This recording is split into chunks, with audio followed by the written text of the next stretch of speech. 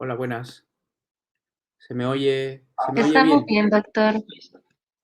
Vale, muy bien. Pues bueno, primero que nada, felicitar al comité organizador porque sé que hacer una actividad, un congreso de este tipo en estas circunstancias tiene que ser muy complejo, así que muchas felicidades y muchas gracias también por invitarme. Yo voy a hablar, continuando un poco con la tónica de la presentación anterior, del código ictus, más que de aspectos diagnósticos, qué es lo que dicen las guías y qué es lo que qué es lo que tenemos que hacer o qué es lo que se hace en el mundo de acuerdo a las últimas guías de diagnóstico y tratamiento del código ictus.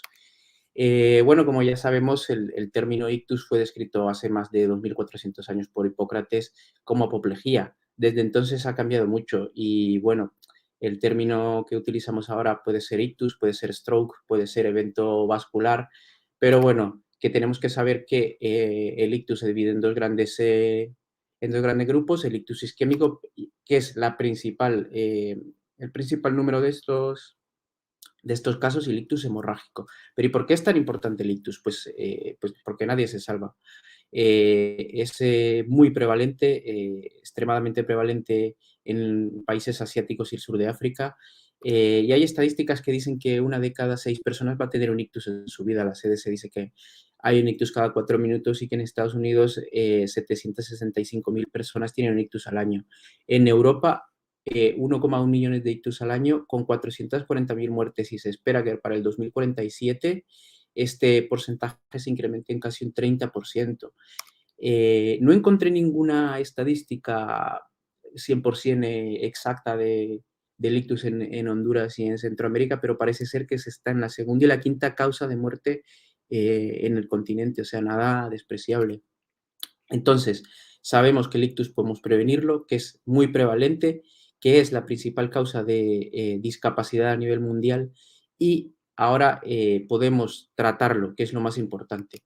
Entonces, vamos a resumir la presentación prácticamente en esta diapositiva. ¿Qué es el ictus? Cuando tenemos una situación clínica de ictus en casa, en la calle, un paciente extrahospitalario, el personal sanitario debe valorarlo y en función de la valoración clínica inicial comunicarse con su Comprehensive Stroke Center o con su centro de referencia de ictus.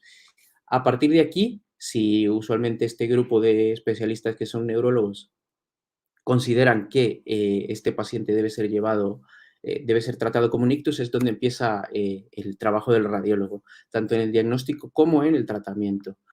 Pues vamos a centrarnos en las guías. Existen muchas guías, fundamental las guías de la HASA que fueron actualizadas en 2019, pero existen muchísimas guías. También una guía muy importante son las guías de la Sociedad Europea, la Organización Europea del Ictus, pero hay muchísimas guías internacionales, canadienses, en Estados Unidos, en Europa, en Reino Unido, en Australia, en Nueva Zelanda, en Japón, muchas guías.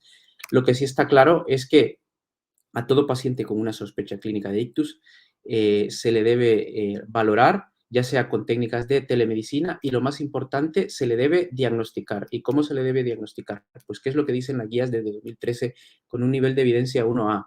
A todos estos pacientes que presentan una situación clínica de ictus, se les debe realizar un TAC sin contraste. Fundamental y obligatorio a todos, realizar un TAC sin contraste. Pero ¿qué más podemos hacer? Como lo hemos hablado en la presentación anterior, a un determinado número de pacientes, sobre todo a los pacientes a los que se les plantea realizar una trombectomía mecánica, se les debe realizar con un nivel también de evidencia 1A, estudios avanzados de imagen. ¿Cuáles son estos estudios? Pues los vamos a ir desglosando poco a poco. Entonces, ¿para qué tenemos que diagnosticar el ictus? Primero, para determinar si hay isquemia o hemorragia, para excluir los mimics del stroke, tumores, expansividad intracraneal, todas esas cosas que ya vimos, y fundamental, para valorar las opciones de tratamiento con los estudios de perfusión, para determinar si hay necrosis o tejido viable y para la valoración anatómica de los troncos supraórticos entre arterias intracraneales de cara a plantearse un tratamiento endovascular. ¿Con qué lo debemos hacer según las guías? Pues no hay nada, las guías en este aspecto no establecen superioridad de una técnica con otra. Si sabemos las ventajas y desventajas de cada uno. El escáner pues suele ser más rápido y accesible, es probablemente más sensible para excluir hemorragia, pero el angiotac parece ser también más sensible para la valoración vascular de las arterias intracraneales y de los troncos supraórticos. En la resonancia, aunque es mucho más sensible para la isquemia aguda e hiperaguda con esos estudios de difusión, parece ser que, o bueno, en el contexto agudo es mucho menos accesible, ya que llevar a un paciente a una resonancia es más complejo. Pero claro, no nos podemos olvidar de la ventaja de que los pacientes que son alérgicos al contraste tienen alguna contraindicación por escáner, o de que la resonancia no utiliza radiación, en este aspecto es superior al escáner. Entonces, vamos a ir desglosando cada uno de estos aspectos. Primero, el TAC con contraste. ¿Qué es lo que vamos el TAC sin contraste? Primero con escáner. En el escáner, ¿qué es lo que vamos a valorar? Vamos a hacer un TAC sin contraste, un angioTAC y un TAC perfusión a todos esos pacientes en los que nos planteemos un tratamiento repermeabilizador, como ya lo vimos que lo establecen las guías. Entonces, el TAC sin contraste debe hacerse a todo el mundo, como ya lo hemos visto, y es obligatorio. Usualmente son cortes axiales sin administración de contraste. Y como cada vez lo estamos haciendo mejor, ya no encontramos esos signos de isquemia establecida, esas hipodensidades ya establecidas, pero sí, como bien hablamos en la presentación anterior, tenemos esos signos indirectos, por decirlo de alguna manera, como el ribete insular, ese borramiento de surcos, ese edema de los surcos, que es un signo tan clásico de radiología, o la cerebral media hiperdensa. También hablamos del ASPEX, que es no solo una escala diagnóstica o para valorar si hay un infarto establecido o no, sino que es una escala pronóstica y, como veremos más adelante, que nos sirve para plantearnos un tratamiento revascularizador con trombectomía mecánica. El TAC perfusión, como ya hemos hablado también en las presentaciones de hoy, pues es un estudio de un segmento o de todo el cerebro según en función de lo que nuestro escáner tenga capacidad, y lo que hace es valorar en distintos tiempos una adquisición en distintos tiempos sin contraste y con contraste según va avanzando el mismo. El RAPID, como ya lo hemos visto, es el único que está validado por las guías. El RAPID es el único que está validado por las guías. Esto significa que si no tenemos RAPID no podemos plantearnos o no podemos hacer un código ictus. Para nada. Eso es lo único que dice, eso es lo que dicen las guías, pero claro que podemos hacerlo. Existen múltiples programas o softwares para procesar estos datos, estas imágenes de perfusión, el algoritmo que tenemos y qué es lo que vamos a tener cuando hagamos un estudio de perfusión. Pues los mapas que son fundamentalmente el tiempo de tránsito medio y el Tmax, que cuando está aumentado nos va a decir que hay penumbra isquémica, ese hemisferio cerebral con hipoperfusión, y fundamentalmente el volumen, que nos va a decir qué tejido está infartado. La diferencia entre esa penumbra y ese core, o la diferencia entre el tiempo de tránsito medio y el Tmax y el volumen cerebral, nos va a decir cuánto tejido hay todavía rescatable. Posteriormente, no lo hacemos en este orden, tampoco las guías establecen que hay que ser uno sobre otro, primero perfusión o primero angiotac. Hacemos el angiotac, que es una reconstrucción helicoidal de troncos supraórticos y arterias intracraneales, como bien todos ya lo sabemos. ¿Para qué nos sirve? Para determinar el nivel de obstrucción, estudiar las colaterales y, sobre todo, para la anatomía de los troncos supraórticos de cara al tratamiento endovascular. Esto es con escáner. Con resonancia, pues con resonancia es un poco más complicado, porque en un contexto de ictus se pierden 1 millón de neuronas cada minuto y tenemos que correr, y la resonancia es muchas veces muy complicada. Existen centros donde tienen una resonancia al lado de centros de la sala de trombectomía, pero parece que no han tenido éxito. ¿Qué debemos hacer? Según los protocolos o estudios morfológicos, T1, T2 y FLAIR, luego estudios más avanzados como los estudios de difusión para esa isquemia hiperaguda, estudios de susceptibilidad magnético gradiente para excluir hemorragias, y finalmente, y si el tiempo no se ajusta, una angioresonancia y una resonancia perfusión. Existe el protocolo rápido, en el que únicamente hacemos un FLAIR y una difusión, para ver si la diferencia entre difusión y FLAIR nos va a indicar si hay isquemia establecida o no. Lo vamos a ver claro con este ejemplo. Susceptibilidad magnética, estudio de difusión con un área hiperitensa paraventricular derecha.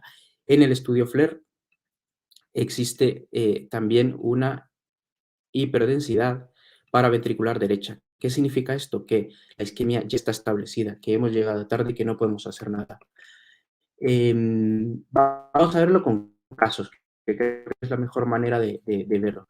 81 años, ictus hemisférico derecho con 4 horas de evolución. ¿Qué hacemos? TAC basal. Excluimos que no hay hemorragia intracraneal, que no hay expansividad, que no hay lesiones claramente establecidas, lesiones isquémicas. Y en esto, en este estudio, lo único que encontramos fue una cerebral media hiperdensa, ese clásico signo de radiología, cerebral media derecha hiperdensa. Hacemos el TAC, el angioTAC, donde evidenciamos una M1 distal tapada. ¿Qué tenemos que hacer ahora? Valorar los estudios de perfusión, esos estudios T-Max, perdón,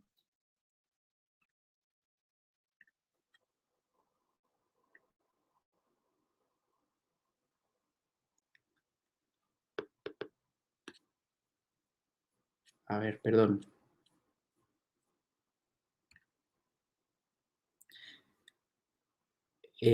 Valoramos el T-Max, que vemos que existe un aumento del T-Max y también del tiempo de tránsito medio en todo el hemisferio cerebral derecho. Y finalmente hacemos los mapas de volumen y los mapas de flujo, donde vemos que no existe ningún tipo de hipoperfusión establecida más que pequeñas lesiones de sustancia blanca, paciente candidato de trombectomía mecánica.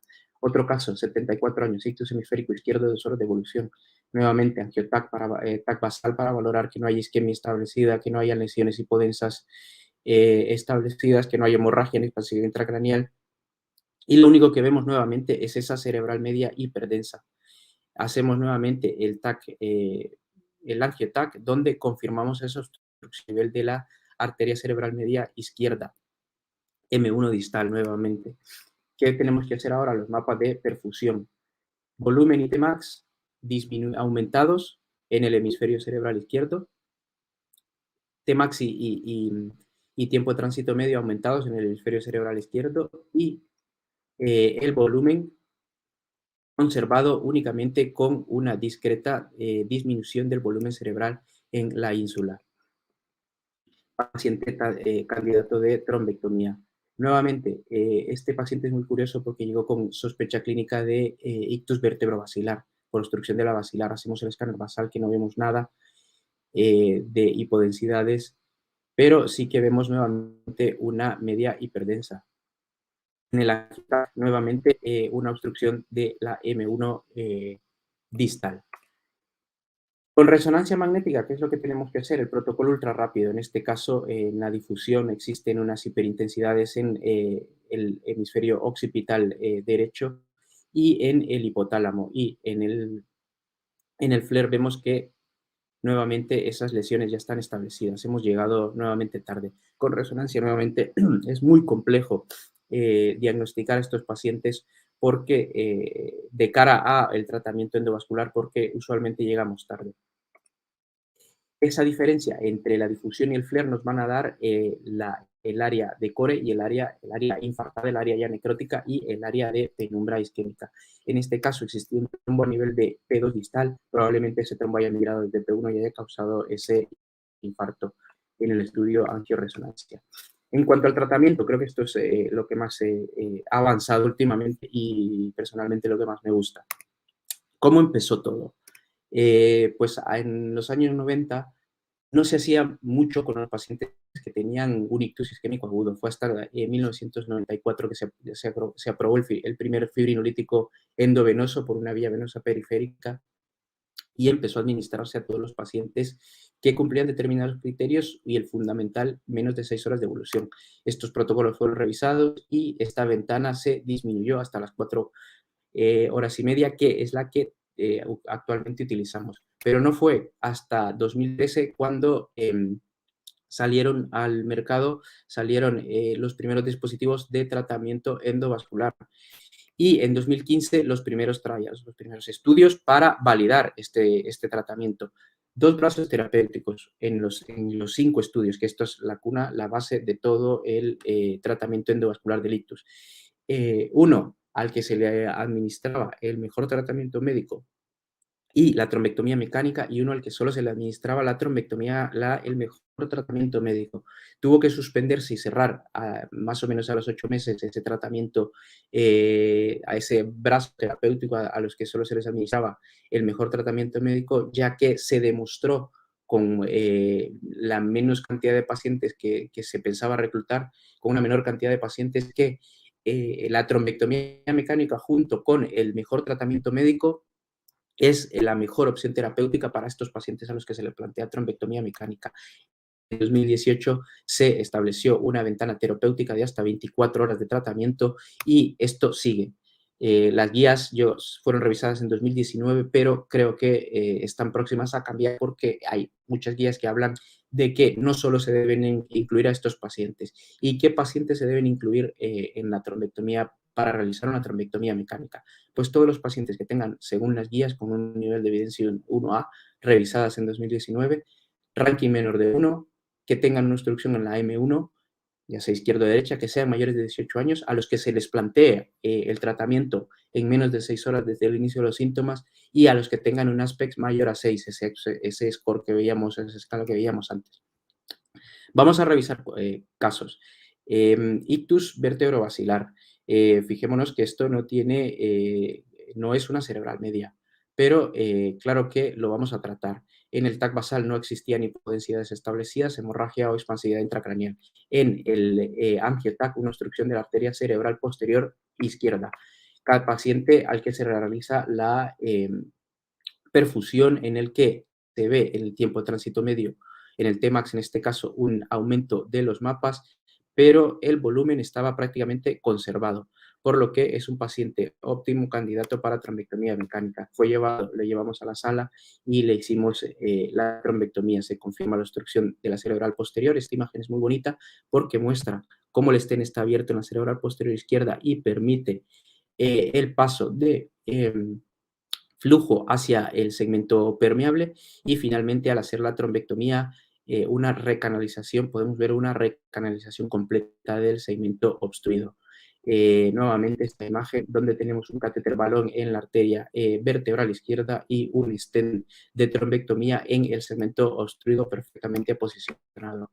Esto fue lo que tuvimos. Este es el stent de trombectomía y este es el trombo que estaba causando la obstrucción. Múltiples marcas, casas comerciales, cada una está desarrollando cada vez más productos para la trombectomía mecánica.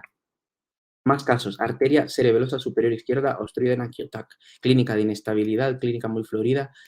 Es un paciente, creo que candidato para trombectomía. En los mapas de perfusión, en el TAC basal no había nada, y en los mapas de perfusión un aumento del Tmax con un volumen prácticamente conservado. Paciente candidato de trombectomía. Fue llevado a la arteriografía, a la sala de trombectomía. Se confirma esa obstrucción, que se correlaciona muy bien con el segmento obstruido que veíamos en el angio-TAC, y se realiza nuevamente la trombectomía con un resultado muy satisfactorio, recanalización completa. Carótida interna izquierda. Vemos ese trombo flotante en el segmento cervical de la arteria carótida interna izquierda. Vemos esos mapas, aumento del Tmax con un volumen prácticamente conservado, únicamente una disminución del volumen en la ínsula. Fue llevado a la sala de trombectomía, se recanalizó esa carótida que parecía ser una disección, se puso un stent autoexpandible, y cuando se hacen las imágenes, se adquieren las imágenes intracraneales, objetiva una obstrucción de la bifurcación de la M1, de la M2 proximal. Se realiza trombectomía con doble stent a esta obstrucción en tándem, esta obstrucción a 2 niveles, y se obtiene recanalización completa tanto de la M2 como del segmento carotidio obstruido, con la técnica del doble stent cada vez más en uso. Más casos: obstrucción de la arteria cerebral media derecha, segmento M1 distal.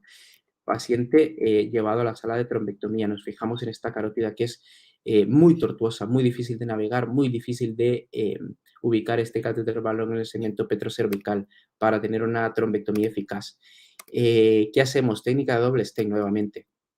Aquí podemos ver cómo los dos hacen ese puente que nos permite restablecer el flujo, y finalmente hacemos la trombectomía.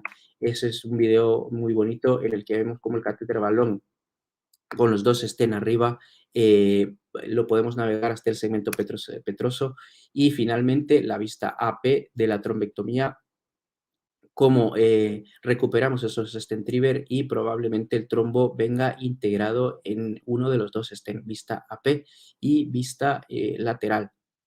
Imágenes que la verdad son muy interesantes. Em, Recanalización completa TC3. Un último caso para terminar, obstrucción del top basilar. Están obstruidas tanto la cerebelosa superior izquierda como ambas cerebrales posteriores, paciente candidato de trombectomía. ¿Qué hacemos? Nuevamente técnica de doble stent y balón proximal. Estos doble stent nos permite restablecer el flujo. Vemos en el video cómo al recuperar estos stent recuperamos el flujo y repermeabilizamos el cemento obstruido. Este paciente tenía una clínica muy florida y costó más o menos 4 o 5 días darle el alta porque probablemente también tenía clínica de perforantes basilares. En la arteriografía de control vemos la recanalización completa del cemento obstruido. Con este caso voy a terminar y únicamente quiero invitar y llamar un poco a la reflexión porque sé que en Honduras no hay un código ictus ni para diagnóstico ni para tratamiento propiamente establecido. Me parece que en el resto de Centroamérica es similar y nosotros fuera y más allá de las autoridades sanitarias y del gobierno, creo que debemos prepararnos y ofrecer este diagnóstico y este tratamiento, este protocolo pues a nuestra población, en nuestro país. Dejo mi contacto, mi nombre y mi teléfono para que nos sentemos y hablemos sobre qué es lo que debemos hacer. Muchas gracias.